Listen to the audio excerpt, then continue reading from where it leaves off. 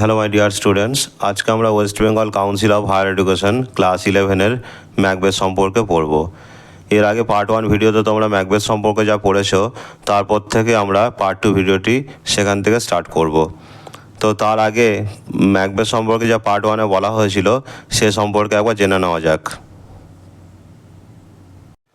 এর আগের লেসন আমরা পড়েছিলাম যখন ডানকান ছিলেন স্কটল্যান্ডের রাজা, তখন তার দুই সাহসী সেনাপতি ছিল, একজন ছিল ম্যাকবেথ, অন্যজন ছিল ব্যানকো। তো ম্যাকবেথ একদিকে ছিলেন রাজার নিকট আত্মীয়, অন্যদিকে তিনি ছিলেন গ্লেমিসের জমিদার। ম্যাকবেথ আর ব্যানকো বিশাল যুদ্ধে জয়লাভ করে যখন বাড়ি ফিরছিলেন, তখন তাদের পথ অবরুদ্ধ করেছিল তিনটি আনআর্থলি ক্রিয়েচার্স, তিনটি ছায়ামূর্তি। পরবর্তীকালে জানা যায় যে তারা অ্যাকচুয়ালি ডাইনি ছিল। প্রথম ডাইনি ম্যাকবেথকে অ্যাড্রেস করে ম্যাকবেথকে থেন অফ গ্লেমিস বলে, দ্বিতীয় ডাইনি ম্যাকবেথকে অ্যাড্রেস করে থেন অফ কাউডার বলে, আর তৃতীয় ডাইনি ম্যাকবেথকে জানায় যে সে পরবর্তীকালে স্কটল্যান্ডের রাজা হবে। যদিও তারা ম্যাকবেথ সম্পর্কে এত কিছু প্রেডিকশন করে, তারা ব্যানকো সম্পর্কে কিছু বলেনি প্রথম দিকে। পরবর্তীকালে তারা জানায় যে ব্যানকো যদিও স্কটল্যান্ডে রাজা হতে পারবেন না, তবুও তার উত্তরাধিকারীগণ পরবর্তীকালে রাজা হবেন, এবং ব্যানকো ম্যাকবেথের মতো অত ধনসম্পত্তি বা না হলেও তিনি কিন্তু পরবর্তীকালে মহান হবেন। এটুকু আমরা আগের লেসনে জানতে পেরেছিলাম। শেষ লাইনে আমরা দেখেছিলাম and then they turn into thin air and vanish. তারপর সেই তিনটি অপার্থিব প্রাণী হালকা বাতাসে পরিণত হলো, অ্যান্ড ভ্যানিশ মানে অদৃশ্য হয়ে গেল। বাই হুইচ, যেটা দেখে দ্য জেনারেলস রিয়েলাইজড, মানে ব্যানকো এবং ম্যাকবেথ এই দুই জেনারেলস তারা উপলব্ধি করলেন যে the word sister to be witches, যে অদ্ভুত প্রকৃতির এই তিনটি অপার্থিব প্রাণী তারা নিশ্চয়ই ডাইনি হবে। এরপর আমরা দেখব হোয়াইল দে স্টুড দেয়ার পন্ডারিং, যখন ব্যানকো এবং ম্যাকবেথ এরা দুজন স্টুড দেয়ার মানে যেখানে দাঁড়িয়েছিল তারা সেখানে দাঁড়িয়েছিল, তারা কিন্তু সেই জায়গা থেকে কোনোভাবে সরে যায়নি। ঠিক সেই জায়গাতে দাঁড়িয়েই তারা পন্ডারিং, তারা গভীরভাবে চিন্তা করছিল on the strangeness of this adventure, যেভাবে তারা দুঃসাহসিক অভিযান করেছে তার পিকুলারিটি নিয়ে, অদ্ভুত প্রকৃতি নিয়ে তারা চিন্তা করছিল গভীরভাবে। ঠিক সেই মুহূর্তেই there arrived certain envoys from the king, ঠিক সেই মুহূর্তে রাজামশাই পাঠানো কয়েকটি এনভয় বা দূত বা মেসেঞ্জার এসে পৌঁছালো। এনভয় কথাটি মানে হলো দূত, যাকে ইংলিশে বলা হয় মেসেঞ্জার বা ambassador.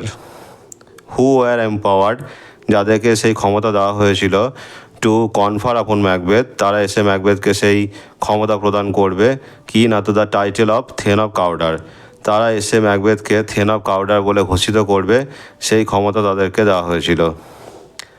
It was an event so miraculously corresponding with the prediction of the witches. It was an event মানে এটা এমন এক ঘটনা ছিল যেটা so miraculously corresponding with the prediction, যেটা miraculously মানে হচ্ছে আশ্চর্যজনকভাবে, corresponding with মানে হচ্ছে মিলে যাচ্ছিল, with the prediction of the witches, উইচেসরা যেভাবে প্রেডিকশন করেছিল সেই ভবিষ্যৎবাণী বা প্রেডিকশনের সাথে কিন্তু মিলে যাচ্ছিল হুবহুভাবে। তাতে the Macbeth stood there rapt in amazement, তাতে এইভাবে অদ্ভুতভাবে মিলে যাওয়াতে ম্যাকবেথ সেখানে দাঁড়িয়ে থাকলো অবাক হয়ে গিয়ে। Unable to respond to the greetings of the envoy, Macbeth এতটাই অবাক হয়ে গেছে যে এনভয়দেরকে সে রিপ্লাই ব্যাক করতে পারছে না। Hopes began to swell in his heart as he was thinking of the prediction of the third witch. তা বলছে হোপস বিগান টু সোয়েল, ম্যাকবেথের মনের মধ্যে সেই আশা প্রত্যাশা এগুলো যেন ফুলে ফেঁপে উঠতে শুরু করেছে।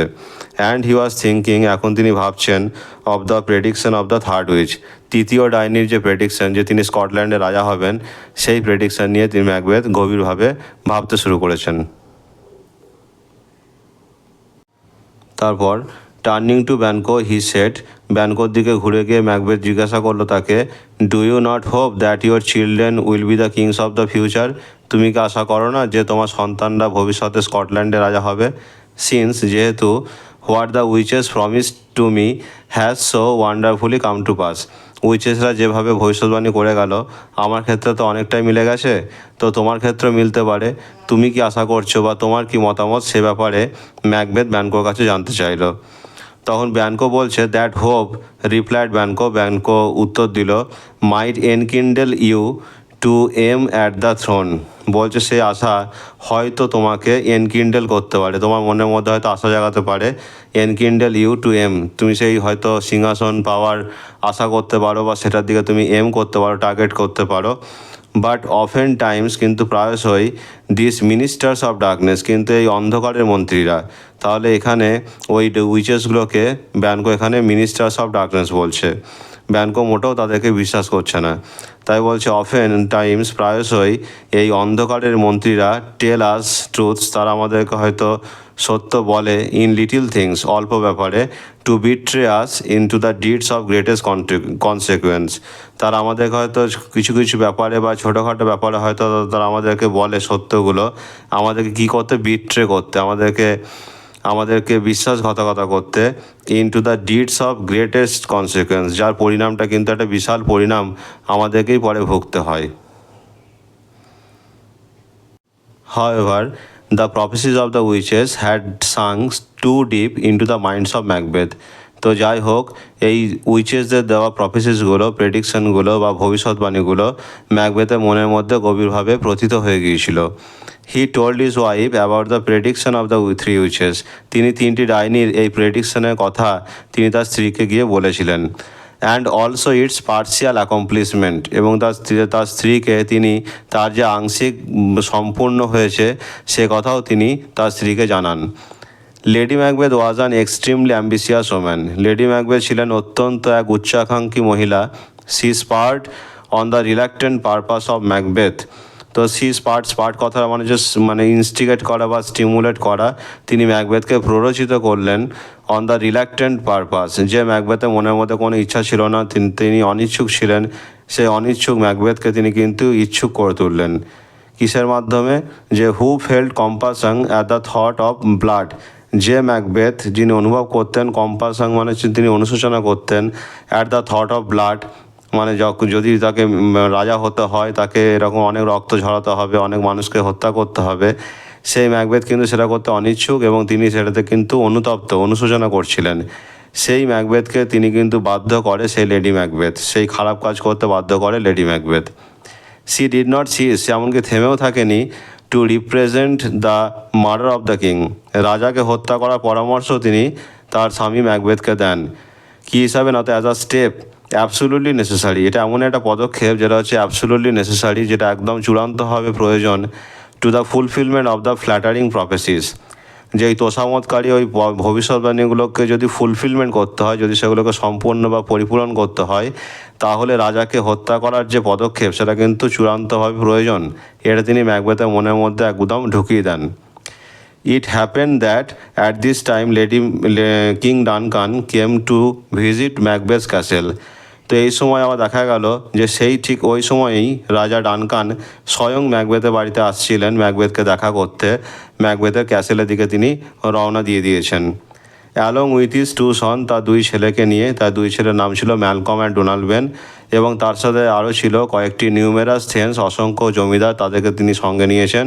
অ্যান্ড অ্যাটেন্ডেন্টস, বাড়ি কিছু কাজের লোককেও তিনি সঙ্গে নিয়েছেন।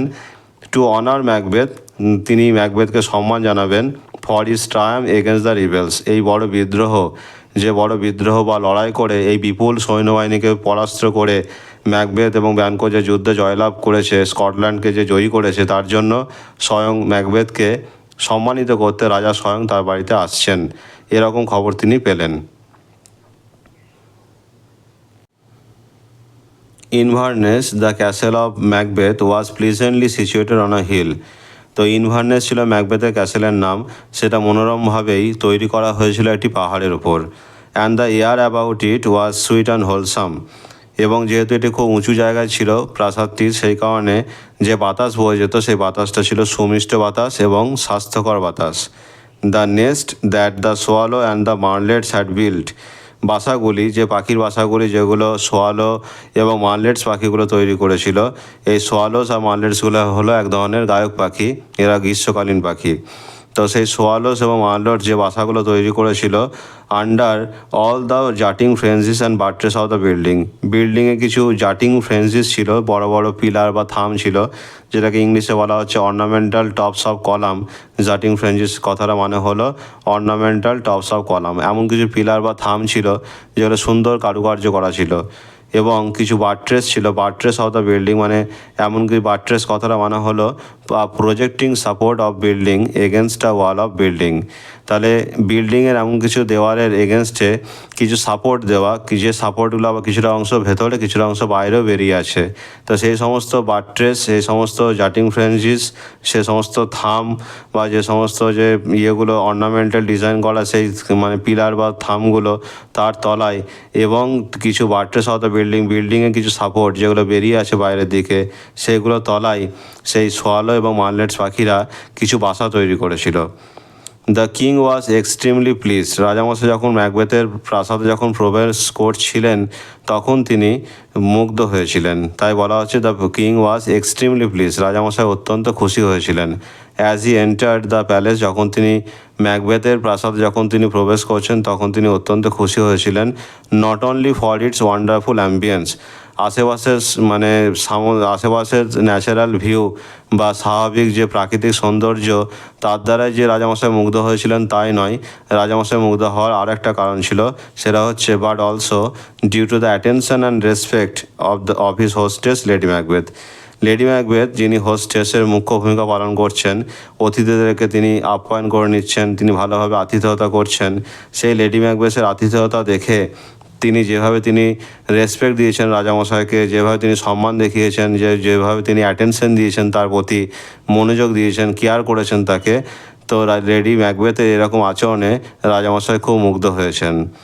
হু হ্যাড ডেভেলপ, যে লেডি ম্যাকবেথ তার মনের মধ্যে তিনি কিন্তু আস্তে আস্তে তিনি ডেভেলপ করছেন, তিনি আস্তে আস্তে উন্নত করছেন কি, দ্য আর্ট অফ ক্যামোফ্লেগিং, ছদ্মবেশ ধারণ করার যে স্কিল, ছদ্মবেশ ধারণ করার যে দক্ষতা, সেটা কিন্তু খুব ভালোভাবেই তৈরি করতে পারছিলেন। বাইরে বাইরে তিনি প্রচুর সম্মান দিচ্ছেন, প্রচুর মানে খাতির যত্ন করছেন, কিন্তু ভেতরে ভেতরে কিন্তু বিশ্বাসঘাতকতার ভূমিকা পালন করছেন। তাই বলা হচ্ছে who develop the art of camouflaging her treacherous purpose, তিনি কিন্তু বিশ্বাসঘাতক যে উদ্দেশ্য সেগুলোকে তিনি আস্তে আস্তে মনের ভেতরে সেগুলো কিন্তু ডেভেলপ করছেন। কী হিসাবে কী করে করছেন, with smiles and charming etiquette, বাইরে তিনি দেখাচ্ছেন হাসি এবং বাইরে তিনি দেখাচ্ছেন চার্মিং এটিকেটস, মানে চার্মিং এটিকেটস মানে হচ্ছে মন্ত্রমুগ্ধ করার মতো, স্পেল বাউন্ড করার মতো এটিকেট কথার মানে হচ্ছে আদব কায়দা। তাহলে কোনো ব্যক্তিকে তিনি বা বাইরের ব্যক্তিকে তিনি মুগ্ধ করে দিচ্ছেন তার আদব কায়দা দিয়ে, তার আচরণ দিয়ে, তার হাসি দিয়ে, কিন্তু ভেতর ভেতর তিনি বিশ্বাসঘাতকতার প্ল্যানিং বা ফন্দি কিন্তু মনের মধ্যে ডেভেলপ করছেন।